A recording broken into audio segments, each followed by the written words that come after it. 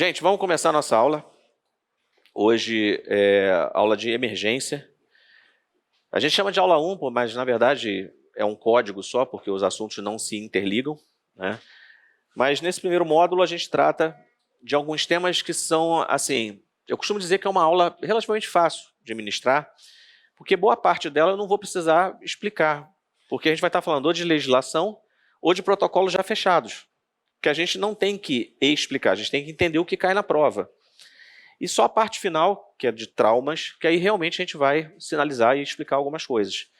Nós vamos falar de política nacional de atenção à urgência, que é a primeira assunto, e quem vai fazer aqui prova, por exemplo, para qualquer área de saúde da família, isso aí tem a leitura obrigatória, porque cai. Quando eles botam lá rede de atenção à urgência ou rede de assistência em saúde, a RAIS, isso aí faz parte. Tá? Então é o primeiro tema. Depois, acolhimento e classificação de risco, questão comum em todos os concursos. Tá? Terceiro, vamos falar um pouquinho de suporte básico e avançado, protocolo American Heart e alguns complementos de informação de tema que é importante e que complementa essa primeira parte toda aqui, porque aí sim são temas interligados. E depois, traumatismos, aí vamos ver a parte específica de trauma, que é uma parte específica, mas que cai de forma geral em concurso e geralmente é o que derruba os candidatos, porque é uma parte tão específica que aí faz... Mas não é difícil, por incrível que pareça, não é difícil. Tá ok? Então vamos começar com a Política Nacional de Atenção às Urgências, mas antes eu queria chamar a atenção e voltar um pouquinho no tempo para a gente entender o contexto dela, porque é importante. A coisa de 20 anos atrás, a gente olhar aí 20 anos para trás, você teria um desenho dessa estrutura de atenção à emergência desta forma aqui. O hospital com a sua porta de entrada, que era a emergência. E na ponta da linha, o famoso PS, posto de saúde, que depois evoluiu o nome, aí foi Unidade Básica de Saúde, né, centros de saúde, mas tinha um chamado postinho. Este daqui cuidava apenas da atenção primária, vigilância, promoção e prevenção da saúde. Não atendia absolutamente nada de emergência. Se chegasse passando mal aqui, era encaminhado para onde? Para o hospital. E ia para a emergência. Tá? A população vem crescendo e essa estrutura vai saturando. E chega uma hora que ela já não atende mais esse processo. A estrutura de atenção primária fica sobrecarregada, mas em especial a hospitalar mais ainda. Até porque com a falência da atenção primária, doenças crônicas começam a descompensar e o cara vai para onde quando está passando mal? Para as emergências junto com os traumas. Então esse foi o cenário que gerou a discussão de que algo precisava ser mexido. Com o passar e o avançar dos conceitos, o SUS, Sistema Único de Saúde, previu o quê? A interligação dos sistemas, atenção primária e rede especializada. Só que essa dicotomia entre quem faz atenção primária não cuida de emergência e quem faz emergência não faz prevenção e vigilância em saúde. Era uma dicotomia clara entre as linhas, que precisou ser revista. Então, a partir daí, começou a discussão, que veio num crescente de portarias e resoluções, até que culminou com a portaria 1600 de 2011, que é a atual.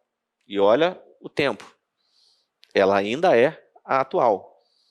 E que foi reformular a Política Nacional de Atenção às Urgências e instituiu a rede de atenção às urgências no sistema de saúde, Sistema Único de Saúde. Basicamente, o que significa isso aqui? Eles passaram a falar o seguinte, olha, isso aqui está sobrecarregado a emergência. Então, a partir de agora, a gente precisa rever o seguinte, se o sistema é integrado, todos têm que saber fazer prevenção e vigilância em saúde, inclusive o cara que está dentro do hospital. Aí o pessoal do hospital, pô, tá bom, vou ter que fazer agora a prevenção, falar de prevenção. Ok, porém, quem está na ponta da linha, fazendo prevenção primária, terá que saber lidar com as pequenas emergências e também atuar nesse sentido. Nós precisamos interligar o sistema. E foi a partir daí que veio a ideia do filtro. E aí surge um filtro nessa estrutura chamado unidades de pronto atendimento, cujo papel era receber da atenção primária o fluxo e daqui filtrar quem chegaria ao hospital e quem daqui voltaria para casa. A população continuou a crescer e a estrutura parou. Hoje, o que a gente tem dentro das UPAs? Mini internação, quando o paciente tinha que ficar no máximo 24 horas. Mas conceitualmente, para as provas, vale o que está escrito. E onde está escrito isso? Portaria 1600 de 2011, que reformula a Política Nacional de Atenção às Urgências e integra todas as redes na parte de urgência, trazendo para a urgência o pessoal que trabalha na atenção primária. E aí ela cria os componentes dessa rede de atenção à urgência. Primeira pergunta de prova: quais são os componentes que compõem a rede de atenção à urgência segundo a portaria 1600 de 2011? E são 8 componentes. O primeiro, olha aqui a situação do pessoal que trabalha com atenção básica. Promoção, prevenção e vigilância à saúde. Faz parte de um componente da assistência à urgência. 2, atenção básica em saúde. 3, o serviço de atendimento móvel de urgência, o SAMU e a Central de Regulação Médica. O quarto componente é a sala de estabilização. Presta atenção nesse aqui, está caindo em prova, porque ele é diferente. E a pergunta que a banca faz é: que sala é essa? Né? Força Nacional de Saúde é outro componente que a gente vai explicar. Depois, eu só estou apresentando os componentes, agora a gente vai passar por eles. Tá? Força Nacional de Saúde é o quinto componente e ele também é cobrado do ponto de vista de prova, porque é diferente. Tá? O sexto, as UPAs, 24 horas, que vão compor o sistema. O sétimo é o componente hospitalar e o oitavo, a atenção domiciliar. E aí, se vocês perceberem, o próprio componente integra todo mundo. Faz desde a parte de prevenção até a atenção domiciliar. E quando a gente olha como eles construíram os componentes, por que a atenção domiciliar é o oitavo? Porque quando o cara sair do hospital, depois de ter sofrido um traumatismo na rua, quem vai acompanhar esse paciente? É a equipe lá da Unidade Básica de Saúde através da atenção domiciliar. O cuidado é continuado. Até aqui deu para entender os 8 componentes? Agora vamos entender quais são, de forma qualitativa, esses componentes. Tá? Então, antes de prosseguir, pergunta de prova, tá? A rede de atenção à urgência priorizou as linhas de cuidado cardiovascular, cérebrovascular e traumatológica. Isso aqui é pergunta de prova. O que a portaria 1600 priorizou na linha de atenção à urgência? Cardiovascular, infarto agudo do miocárdio, cérebrovascular, AVC e a linha traumatológica, traumatismos. Perigo de prova, eles tiram o traumatológico e botam respiratório, para você pensar em insuficiência respiratória, DPOC, problemas respiratórios graves. Tá? Então, é cérebrovascular, cardiovascular, lembra de infarto, AVC e trauma.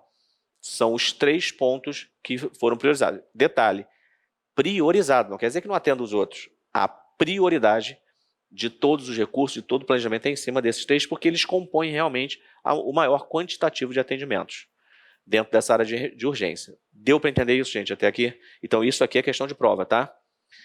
Bom, a partir daí, a portaria vem apresentar os componentes. Quando ele fala em promoção, prevenção e vigilância à saúde, não é igual a promoção, prevenção e vigilância que é feito, né, na linha lá da atenção primária quando fala de doença crônica.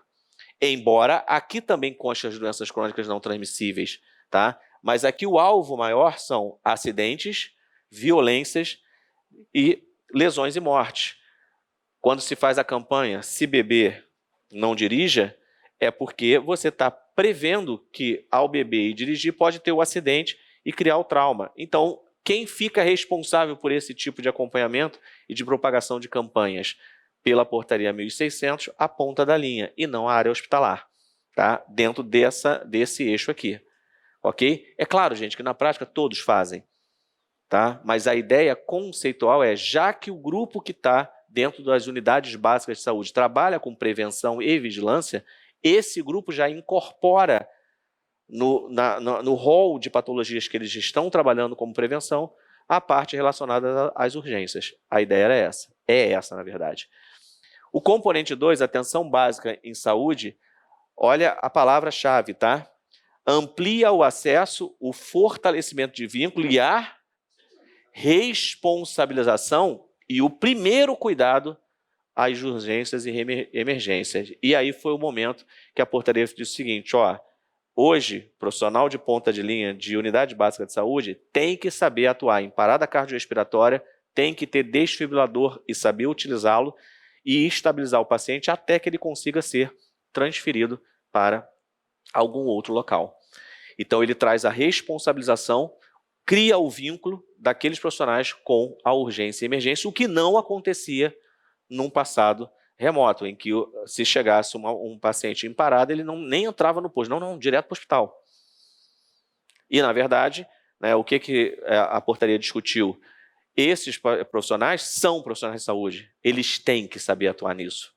Tá? Não se espera outra coisa de um primeiro atendimento. Pode até não ter recurso de CTI, mas eles têm que ter, né, a capacidade de segurar esse paciente e estabilizá-lo até que a gente consiga fazer a transferência para um local de mais alta complexidade. Ok? Então, a atenção básica se envolve no atendimento a urgências e emergências em ambiente adequado, até que se encaminhe para outros pontos de atenção. Deu para entender, gente? Ok?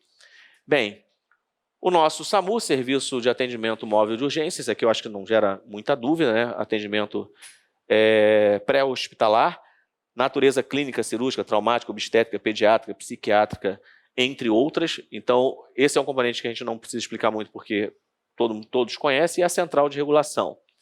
Agora, esse aqui a gente precisa explicar, a sala de estabilização. E aí preste atenção para não confundir com a sala vermelha das emergências. Porque quando a gente fala em sala vermelha de emergência, é uma sala que recebe o paciente grave e estabiliza ele, para depois poder encaminhar. Não é isso, tá? O que a portaria, quando ela foi criada, o que os estudos mostraram? O país, o Brasil, é um país de dimensões continentais e tem localidades que você não tem acesso fácil a estruturas de saúde. Vou dar um exemplo aqui básico para vocês, né? 2 anos eu morei na cidade de Bagé, Rio Grande do Sul, que é interior do Rio Grande do Sul, fronteira com o Uruguai.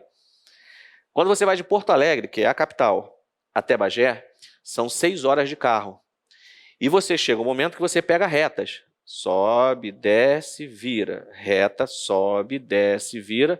Fazenda de um lado, fazenda do outro. Deus e você. Não tem posto de gasolina e você não vê... Você passa por algumas cidades, mas entre uma cidade e outra são distâncias longas. Você não tem estrutura de saúde ali tão fácil e tão rápida. Aí qual é o detalhe da história? Qual é o detalhe da história? Nesse processo de distanciamento entre os serviços de saúde, e se acontecer um acidente grave numa cidade que não tem um hospital com uma estrutura preparada para receber esse paciente? Como a gente faz? Isso precisou ser pensado. Então, o que a discussão do Ministério da Saúde fez? Né? O que o grupo que tratou isso fez? O gestor estadual abre o seu mapa e coloca no mapa todos os pontos de atenção à urgência e emergência, ou seja, onde ele tem possibilidade de fazer atendimento de emergência e urgência. Aí ele bota e mapeia. E no mapa ele vai enxergar o que se chama de claro assistencial. O que é o claro assistencial, gente? A região que não tem. Aquela região que, se acontecer o acidente, não tem ninguém perto para socorrer. Deu para entender o conceito? Mapeio no meu estado. Por exemplo, Rio de Janeiro. Rio de Janeiro, deixa eu só concluir o raciocínio. Rio de Janeiro tem cidades distantes. É um grande centro, mas tem cidades distantes e você tem locais que você anda bastante para chegar. Nesse caminho, você encontra claros assistenciais. O que é isso? Locais que não têm atendimento de urgência e emergência qualificado. E se tiver um acidente grave nesses locais, como é que faz? Então, qual foi o desafio do gestor? Entender como ele ia preparar isso. E aí surgiu o conceito de salas de estabilização, que é o quê? A montagem de uma estrutura, olha o nome, para estabilizar doentes graves em componentes de saúde menores, mas que com o objetivo de apenas estabilizar o paciente, aguardando o quê? A sua remoção. E a partir dali, essas unidades de saúde, por exemplo, posto de saúde, se o gestor entender que aquele posto de saúde que tem lá na cidadezinha é o local ideal, ele vai entrar com verba para, montar uma estrutura de mini CTI lá dentro, para receber um paciente. Repara, não é para atender a comunidade. Aquela estrutura é para atender o quê? Urgência e emergência. 2, qualificar o pessoal. E 3, interligar o sistema de modo que esse grupo passe, acontece o acidente, esse paciente é levado para essa sala de estabilização, é estabilizado até que venha um helicóptero ou venha uma ambulância avançada, pegue esse paciente e leve com segurança para o hospital de destino.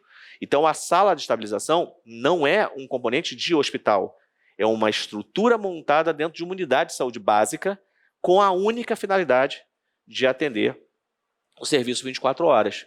Aí vocês falam, pô, mas posto de saúde não funciona 24 horas. Não, e aí vem o desafio. Tá? Como a unidade vai funcionar se ela fecha as portas em alguns lugares 5 horas da tarde, porque eu trabalho com atenção primária. Mas eu tenho uma sala de estabilização comigo. Bom, nesse caso, você terá que ter profissionais 24 horas esperando alguma coisa acontecer. E aí surgiu o desafio. Já tem sala de estabilização funcionando, tá, gente? Em localidades espalhadas pelo Brasil. Fala.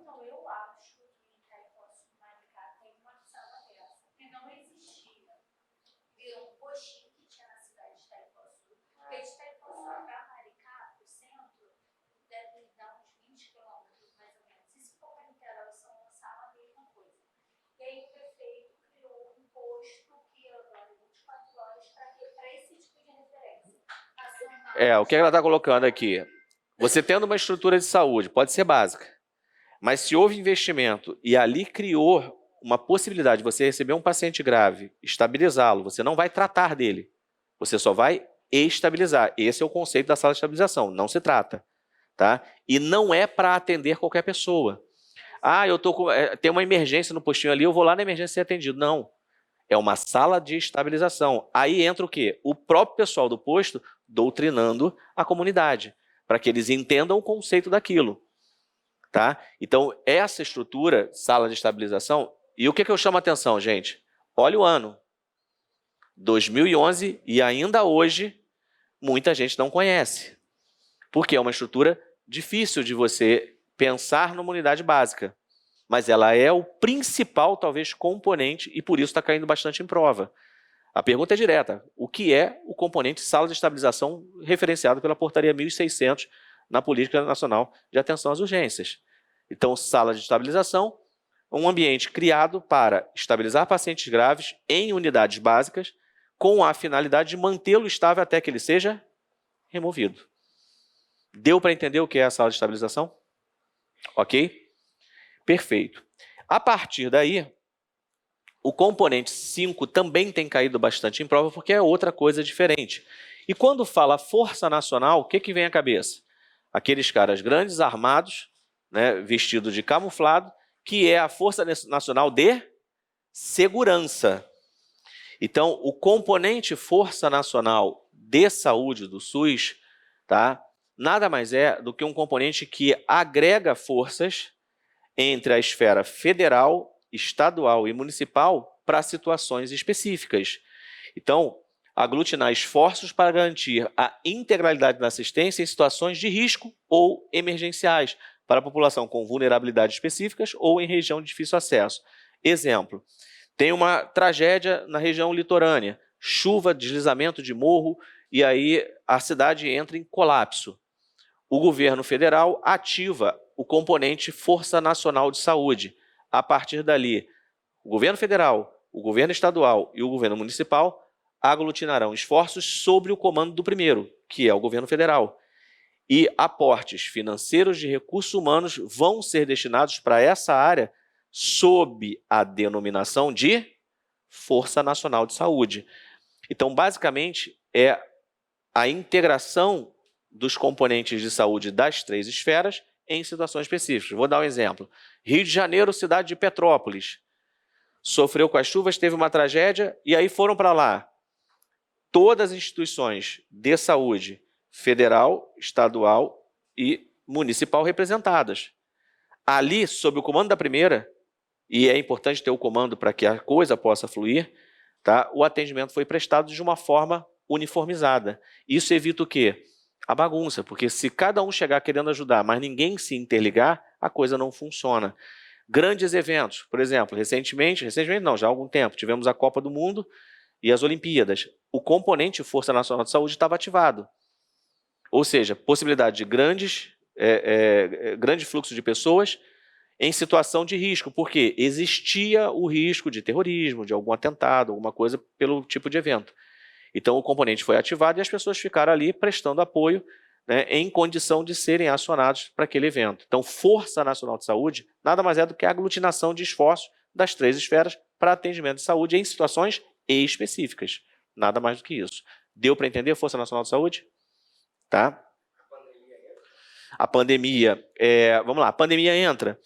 Não necessariamente, porque a pandemia ela não foi uma situação específica, ela foi nacional.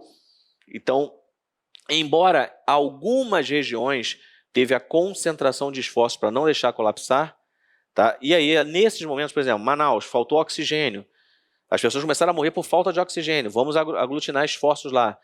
Poderia falar em força nacional, mas foge ao conceito, porque força nacional é algo pontual, e a pandemia foi algo muito mais expandido. Tá? Na verdade, foi algo universal, né? Então, não atenderia muito bem ao conceito da força nacional. Vamos lá. Boa pergunta. Um show com grande público? Não, não atende isso aqui. Vulnerabilidade específica, tá? Ou em regiões de difícil acesso. Qual é a questão? Quando a gente fala em Olimpíada, tá? Quando eu falo em Copa do Mundo, eu estou falando de algo muito maior do que um show específico, que por mais que você coloque ali, vamos pensar aqui, 80 mil pessoas, tá? 80 mil pessoas, não, estou pensando no estádio, depois a gente vai ampliando o conceito, tá? 80 mil pessoas, você vai pensar o quê? O governo municipal dá conta. Vamos ampliar para Copacabana, passagem do ano. 1,5 milhão de pessoas. Estou indo além de show, né? 1,5 milhão de pessoas. Mas é algo planejado. É algo que já está instituído e já está todo traçado ou traçadas as necessidades. Então, a pergunta foi, e num show? Show é algo que já é visto meses antes. Então, o município e o Estado têm condições de abarcar aquilo e investir por eles próprios. Não precisa acionar. Agora, vamos pegar uma situação específica. Chega no verão e um belo dia fecha o tempo e durante 24 horas chove uma chuva de 3 meses em 24 horas. E aí cai barranco, cai estrada, morre gente, os hospitais colapsam. Dá para entender que é uma situação diferente? Ali eu preciso de contingenciamento de força, porque não tem preparo. Então as forças têm que aglutinar para o atendimento ser feito. O componente Força Nacional vai ser chamado. Deu para entender? É uma diferença crucial. E é por isso que... Valdemir, mas a Copa do Mundo também não é planejada? Mas pelo fluxo de pessoas andando para um lado para o outro, você perde o controle. E aí eu vou te dar uma diferença do show específico, né? Na Copa do Mundo teve gente vindo de outros países, aí pensa na situação de vigilância epidemiológica. Aí o cara desembarca no Rio, assiste um jogo, pega um avião e vai para Manaus. Assiste o outro, sai de lá, vai para Salvador. E um fluxo de gente enorme. Tá? Dependendo da situação, as unidades federativas não vão dar conta. Ativa-se o componente maior e ele fica de sobreaviso. Foi o que aconteceu. Não precisou ser ativado. Ele só foi acionado a ficar de espera, mas não foi ativado. Mas ele é ativado. Ele é acionado ali para ficar aguardando em stand-by. Tá? Se houvesse necessidade, aconteceria. tá certo? Vou dar agora um outro exemplo. Uma região que tem ali usinas petrolíferas, tá? Vou pegar no Rio de Janeiro, Manguinhos. Tubulações enormes de gás passando embaixo daquela terra. Um dia vaza e explode. Vai um quarteirão inteiro ou talvez uma comunidade inteira voa abaixo. O componente de Força Nacional de Saúde vai ser ativado na mesma hora. Porque você tem que aglutinar forças pela imprevisibilidade daquilo. Esse é o principal aspecto para a Força Nacional ser ativada. Por isso que ele bota aqui vulnerabilidade específica, região de difícil acesso. Deu para entender? Ok? Gente, foi? Então, sala de estabilização, um componente que se cria para dar condições de atendimento a pessoas em localidades que não têm uma estrutura de saúde compatível, pela dimensão que o país tem. Então, a sala de estabilização surge como uma possibilidade de você segurar estabilizar o paciente, mantê-lo vivo até que ele possa ser transportado com segurança. Força Nacional de Saúde, a aglutinação de forças para que possam ser empregados no momento certo. Foi? Esses são os componentes talvez mais importantes, porque são aqueles que efetivamente estão sendo cobrados. A outra pergunta é quais são os 8. Aí não tem jeito, tem que dar uma lida. Por isso que no início do material eu mantive a formatação da portaria que apresenta primeiro os 8 e depois explica. Tá? Então foi mantido porque ajuda vocês nesse processo de entender. As UPAs, Unidade de Pronto Atendimento, eu acho que eu não preciso aqui explorar, é o filtro que se criou intermediário entre a atenção básica e a unidade hospitalar, tá? E aí vem a unidade hospitalar propriamente dito, com as suas redes de urgência e emergência, e o componente da atenção domiciliar que surge para dar continuidade a essa linha de atendimento. Porque se vocês pararem para pensar, o que esses componentes fizeram, tirando os especiais, tá?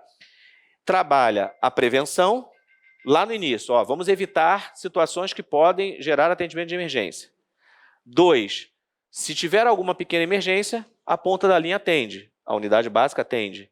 3, não tendo jeito, a UPA atende, com o SAMU entrando e fazendo a interligação com a Central de Regulação Médica.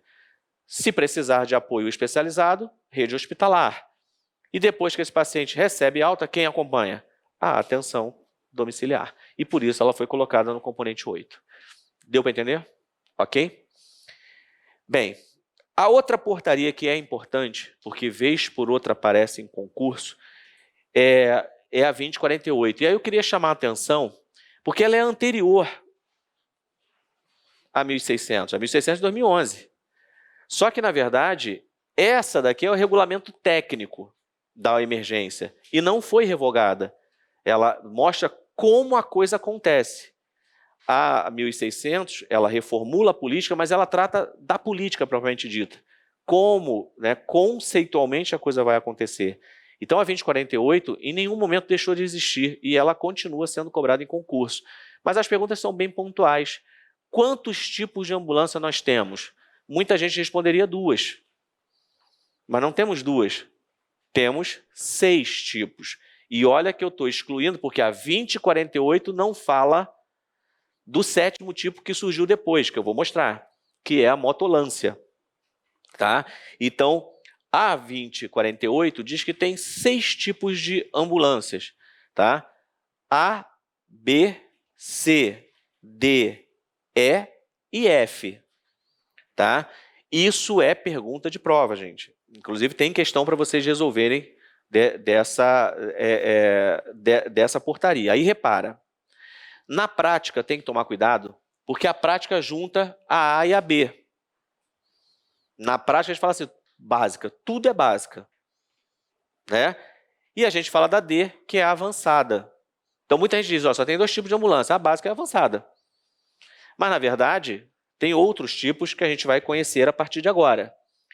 Então, a tipo A é chamada ambulância de transporte. E a ambulância de transporte, como o nome diz, é aquela feita para transportar o paciente de um lugar para o outro, geralmente interhospitalar.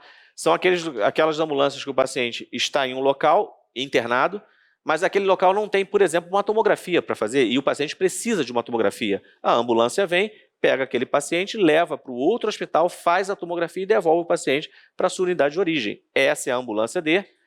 transporte. Ah, Valdemir, mas e se o paciente estiver grave e precisar de um suporte avançado? Aí vai entrar a ambulância específica. Mas, a princípio, estando o paciente estável, ele vai na ambulância de transporte. A ambulância B é a ambulância básica, tá? Feita para atender pacientes com menor gravidade e que ainda assim estão estáveis. Então, a ambulância básica, tá? Ela, como eu disse, na prática, elas se misturam. E é por isso que tem que tomar cuidado em prova, porque quem faz a prova, gente, é enfermeiro. O cara sabe disso. E às vezes ele brinca com vocês falando assim, ó, só existe um tipo de ambulância, a básica / transporte. Não, tá errado, são 2 tipos. Independente se na prática ela faz a mesma coisa, são 2 tipos, tá? Aí aqui eu botei o quê? Associando as informações. Quem vai dentro da ambulância? Que é a outra pergunta que eles fazem. E aí a gente tem, na ambulância de transporte, a básica, a mesma equipe. Eu preciso de um motorista, eu preciso de um técnico ou auxiliar de enfermagem. Ah, Valdemir, mas não se for mais auxiliar, é só teste de enfermagem. A portaria de 2002. E quando ela foi divulgada, está lá auxiliar de enfermagem. Então, cuidado. Ah, eu vou eliminar essa questão porque ela está falando de auxiliar de enfermagem. Não, está na portaria. Ok? Mas é a mesma equipe. Um motorista e um auxiliar ou técnico. Tudo bem? Ah, Valdemir, mas e se o paciente for muito pesado, não sei o que lá? Gente, a portaria não discute isso. A pergunta de prova é direta. Qual é a equipe que se precisa de uma ambulância básica? O motorista e um auxiliar ou técnico. Foi? Bem, aí vem a pegadinha de prova. A ambulância C, que na verdade é a ambulância de resgate. Ela é uma ambulância especial porque ela é feita para atender pacientes, mas com equipamentos de resgate em locais de difícil acesso. Parêntese. São as ambulâncias que essas concessionárias usam, tá? Em algumas situações, quando acontece acidente de trânsito, o carro cai numa ribanceira, por exemplo, e tu precisa descer de rapel para tirar a vítima. Essas ambulâncias têm equipamentos que permitem esse tipo de atendimento. Então, é a ambulância tipo C de resgate.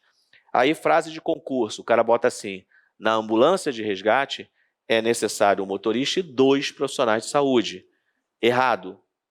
Preste atenção agora. Errado. Segundo a portaria 2048, na ambulância de resgate é necessário o motorista e 2 profissionais habilitados em primeiros socorros e em resgate, em região de difícil acesso. Qualquer profissional que tenha habilitação em primeiros socorros e em resgate em local de difícil acesso pode trabalhar na ambulância tipo C. Não necessariamente um técnico de enfermagem ou enfermeiro. Entenderam a armadilha? Então ele fala qualquer profissional, ele não define a profissão. Se alguém fez o curso de primeiros socorros, tem, e o cara é resgatista, sabe atuar em local de difícil acesso, ele vai trabalhar na ambulância tipo C. E só por curiosidade, algumas concessionárias não contratam técnico de enfermagem. Ok? Contratam profissionais que têm o curso de socorrista. Exatamente por conta da portaria. Deu para entender, gente? Então, só cuidado com ela, porque eles colocam na prova 2 profissionais de saúde.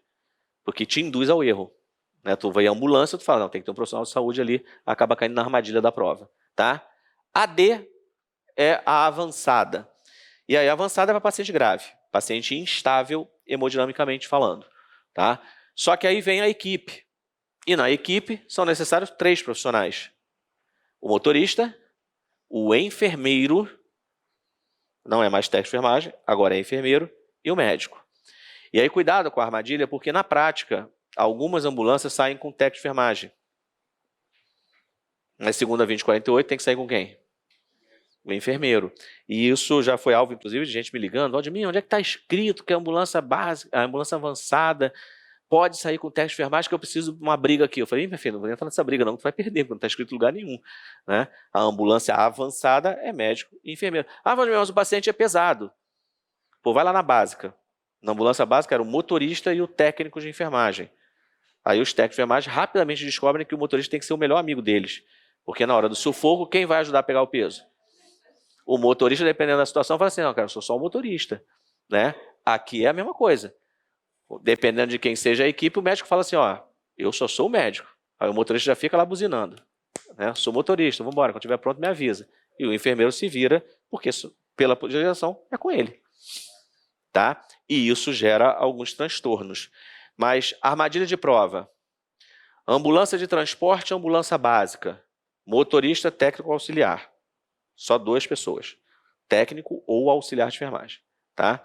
Resgate, motorista e 2 profissionais com formação em primeiros socorros e resgate. Avançada, motorista, enfermeiro e médico, para atendimento a paciente instável hemodinamicamente. Foi? Ok? E aí vem as 2 diferentes. AE é o famoso atendimento aeromóvel, né? E aí você tem... E aí só cuidado, dependendo da prova, porque tem banca que gosta de fazer joguinho de palavras. Aí ele bota assim, ó, atende ambulância tipo E, porque quando fala ambulância, no nosso imaginário vem o quê? Uma ambulância, né? A caminhonete que a gente idealiza. Mas isso aqui é chamado de ambulância, porque neste momento está socorrendo.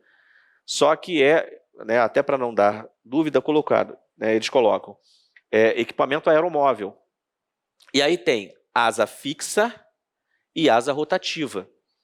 São essas 2 nomenclaturas que eu sempre gosto de citar, porque às vezes o infeliz bota lá na prova e gera dúvida.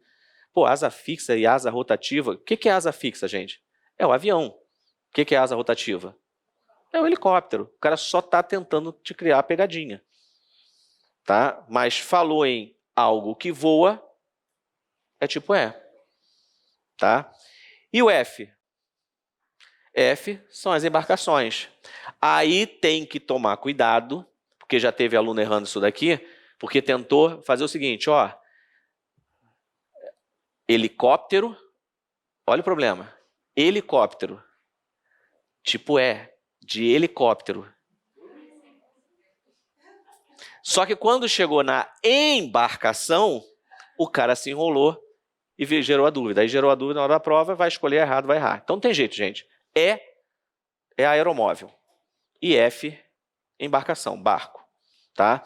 Aí a gente olha muito para a região norte do país, onde tem várias comunidades que são ribeirinhas mesmo, e só chega de barco. Então, lá as ambulâncias estão todas tipo F. Tá? Aí aqui os profissionais têm que ter treinamento específicos para cada uma das situações. Porque, por exemplo, o cara que vai na embarcação tem que saber nadar. Parece besteira, né? Mas aí tu pega lá os cabras se candidatando eu queria trabalhar nesse tipo de ambulância. Tá, sabe nadar? Não. Então tu não pode trabalhar, meu filho. Como é que você trouxe? É de risco. Por exemplo, esse daqui, vou dar um exemplo para você. Eu participei de um processo seletivo, quer dizer, participei não.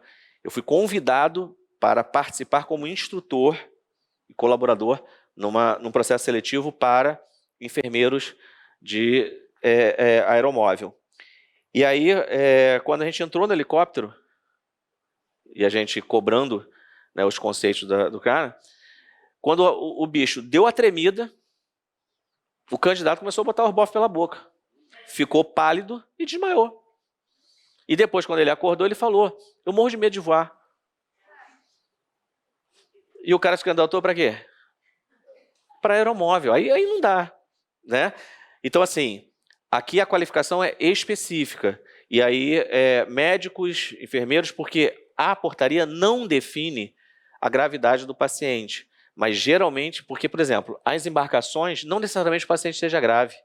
Às vezes não é paciente grave, mas que o quadro pode agravar. E como eles estão em comunidades distantes, precisam ser removidas logo. Não é tanto pela urgência ou emergência, sim pela localização. Então aí cai o conceito, e por conta disso a portaria não define especificamente, ele deixa para os critérios regionais definirem. Tá? Aí não cai em prova, por isso que eu não entro nessa discussão. Cai em prova só as anteriores. Gente, foi essa parte aqui da 2048, porque isso aqui da 2048, isso aqui é o que cai em prova, os tipos de ambulância e suas tripulações. Tá certo?